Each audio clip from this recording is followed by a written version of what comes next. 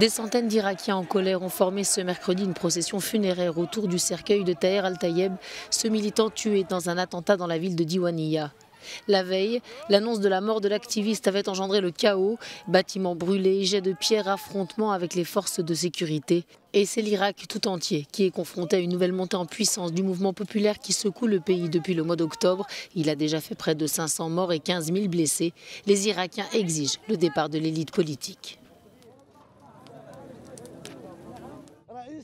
Le Premier ministre doit être issu du peuple irakien. Le peuple irakien est le plus grand bloc au Parlement. De la place Tahrir à Karbala en passant par Najaf, le peuple irakien est le plus grand bloc. Ce ne sont pas Al-Maliki ou Hadi Al-Amiri ou Kaïs Al-Khazili qui, eux, sont des Iraniens et suivent Téhéran.